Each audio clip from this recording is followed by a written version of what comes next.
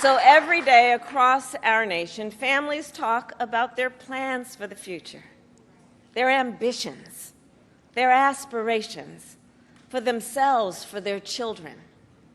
And they talk about how they're going to be able to actually achieve them financially. Because look, the bills add up. Food, rent, gas, back to school clothes, prescription medication. After all that, for many families, there's not much left at the end of the month. I grew up in a middle-class household. For most of my childhood, we were renters. My mother saved for well over a decade to buy a home. I was a teenager when that day finally came, and I can remember so well how excited she was.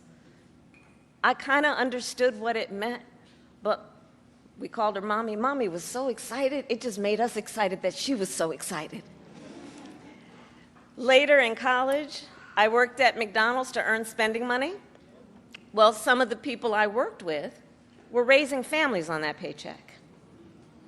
They worked second or even third jobs to pay rent and buy food. That only gets harder when the cost of living goes up. When I am elected president, I will make it a top priority to bring down costs and increase economic security for all Americans. As president, I will take on the high costs that matter most to most Americans, like the cost of food. We all know that prices went up during the pandemic when the supply chains shut down and failed. But our supply chains have now improved, and prices are still too high. A loaf of bread costs 50% more today than it did before the pandemic. Ground beef is up almost 50%. Many of the big food companies are seeing their highest profits in 2 decades. And while many grocery chains pass along these savings, others still aren't. Look, I know most businesses are creating jobs, contributing to our economy, and playing by the rules. But some are not, and that's just not right. And we need to take action when that is the case.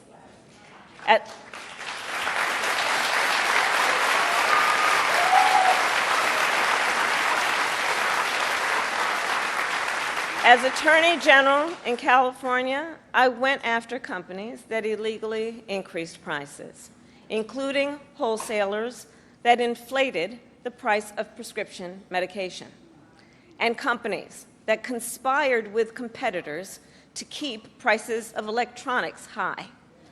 I won more than $1 billion for consumers.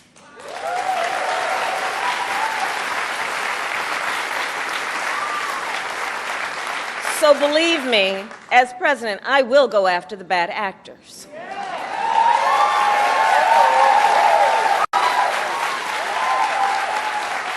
And I will work to pass the first ever federal ban on price gouging on food.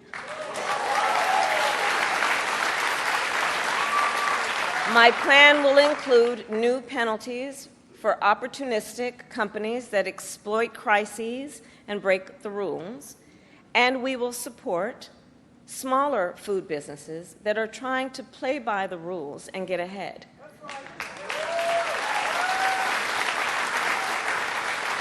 We will help the food industry become more competitive, because I believe competition is the lifeblood of our economy.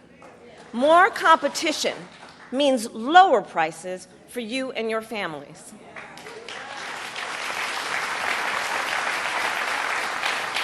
Now compare what Donald Trump plans to do. He wants to impose what is, in effect, a national sales tax on everyday products and basic necessities that we import from other countries. That will devastate Americans.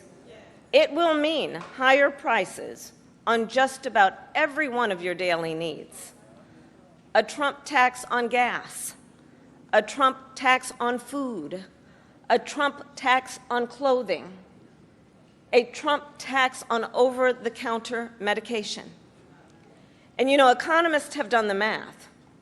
Donald Trump's plan would cost a typical family $3,900 a year. At this moment, when everyday prices are too high, he will make them even higher. As president, I'll take on the issue of the cost of health care. As Attorney General, I took on insurance companies and Big Pharma and got them to lower their prices.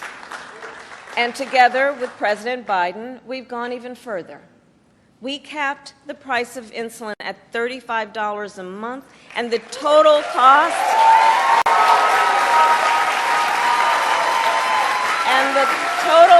of prescription drugs at $2,000 a year for seniors. We let Medicare negotiate lower drug prices for seniors. And just yesterday,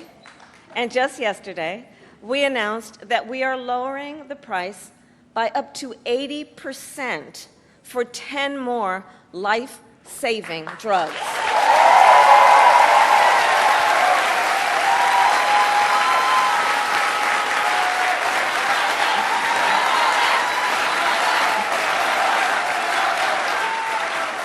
And I pledge to continue this progress. I'll lower the cost of insulin and prescription drugs for everyone with your support, not only our seniors. And demand transparency from the middlemen who operate between Big Pharma and the insurance companies who use opaque practices to raise your drug prices and profit off your need for medicine. 2 months ago, I announced that medical debt will no longer be used against your credit score.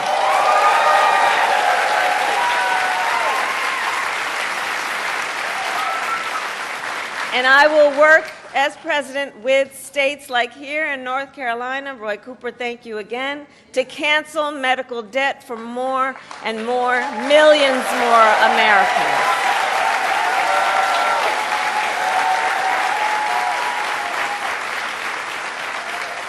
As for Donald Trump, well, he wants to repeal the Affordable Care Act, which 45 million Americans rely on. 45 million Americans rely on it for health care. That would take us back to a time when insurance companies could deny people with pre-existing conditions. We all remember what that was. And we're not going back. We're not going back. We're not going back. And remember, and this is why we're not going back, because we do remember, he tried to cut Medicare every year he was president, threatening a program that tens of millions of seniors count on.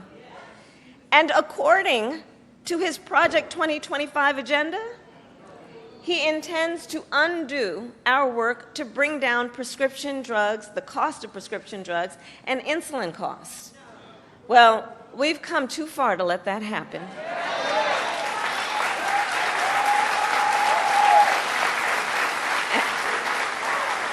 So we're not going back on that, and let's talk about the cost of housing.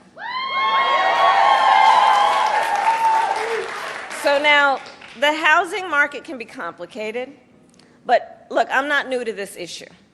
As State Attorney General, I drafted and helped pass a homeowner Bill of Rights, one of the first in America. And during the foreclosure crisis, I took on the big banks for predatory lending with many of my colleagues, including Roy Cooper, and won $20 billion for California families when I was Attorney General.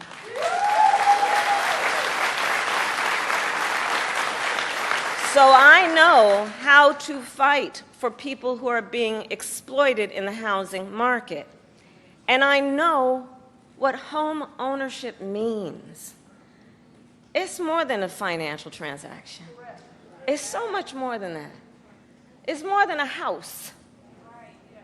Home ownership and what that means, it's a symbol of the pride that comes with hard work. It's financial security. It represents what you will be able to do for your children.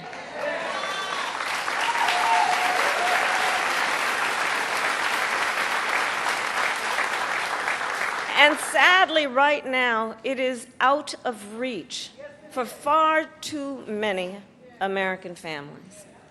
There's a serious housing shortage. In many places, it's too difficult to build, and it's driving prices up.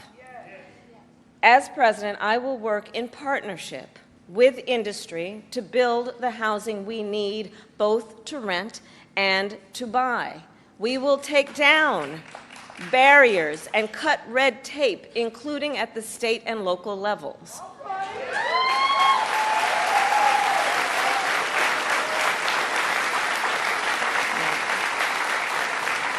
And by the end of my first term, we will end America's housing shortage by building 3 million new homes and rentals that are affordable for the middle class. And we will do that together. We will do that together. And we will make sure those homes actually go to working and middle class Americans, not just investors. Because you know, some corporate landlords, some of them buy dozens, if not hundreds of houses and apartments. Then they turn them around and rent them out at extremely high prices. And it can make it impossible then for regular people to be able to buy or even rent a home. Some corporate landlords collude with each other to set artificially high rental prices, often using algorithms in price-fixing software to do it. It's anti-competitive and it drives up costs. I will fight for a law that cracks down on these practices.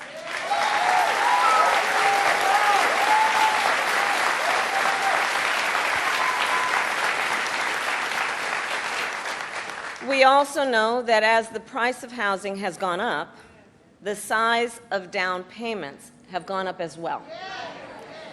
Even if aspiring homeowners save for years, it often still is not enough.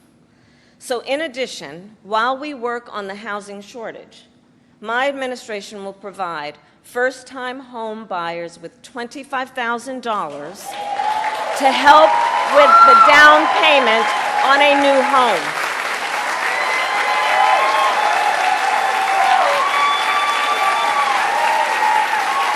We can do this. We can do this.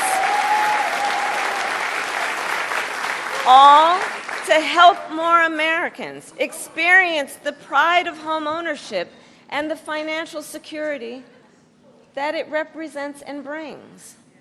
So that's my plan. But here's what Donald Trump would do. If his Project 2025 agenda is put into effect, it will add around $1,200 a year to the typical American mortgage. He's got it backward. We should be doing everything we can to make it more affordable to buy a home, not less.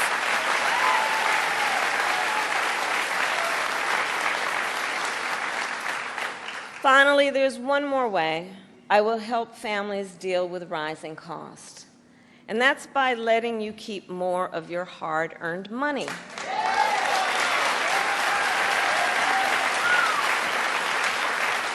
Under my plan, more than 100 million Americans will get a tax cut, and we will do this by restoring 2 tax cuts designed to help middle-class and working Americans: the Earned Income Tax Credit and the Child Tax Credit.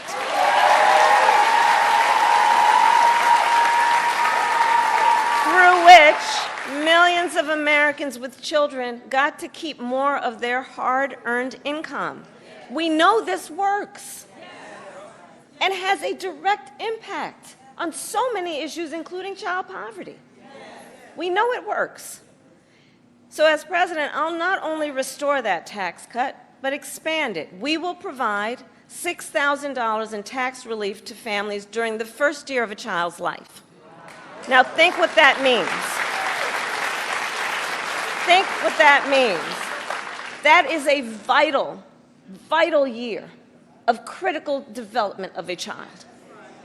And the cost can really add up, especially for young parents who need to buy diapers and clothes and a car seat and so much else. And we will do this while reducing the deficit. Compare my plan with what Donald Trump intends to do. He plans to give billionaires massive tax cuts year after year. And he plans to cut corporate taxes by over $1 trillion, even as they pull in record profits.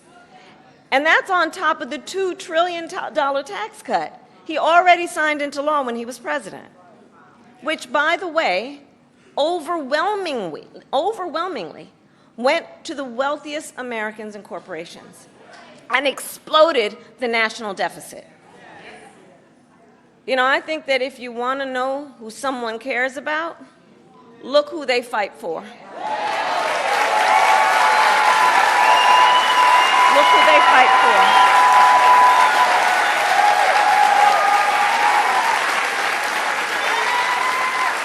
Donald Trump fights for billionaires and large corporations. I will fight to give money back to working and middle-class Americans.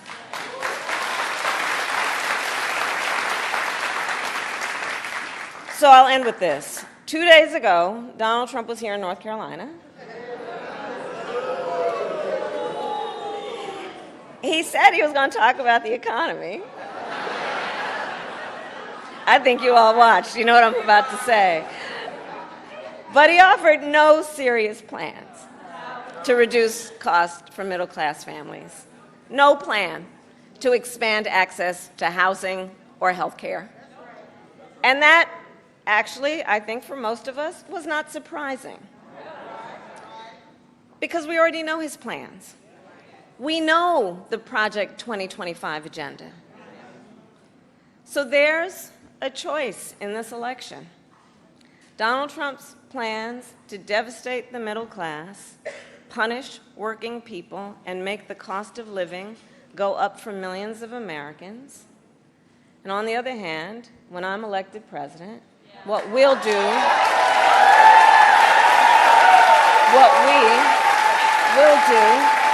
to bring down costs, increase the security and stability financially of your family, and expand opportunity for working and middle-class Americans.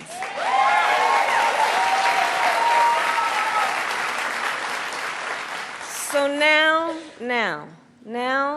is the time to chart a new way forward. Now is the time to chart a new way forward, to build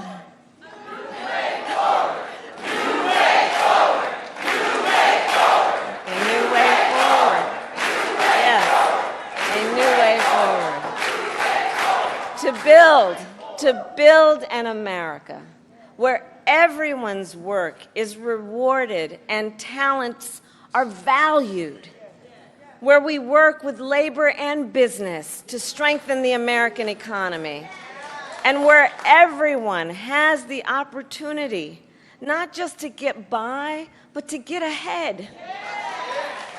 So I thank you, North Carolina. We're going to get this done. And with your help, God bless you, and God bless the United States of America. God bless you.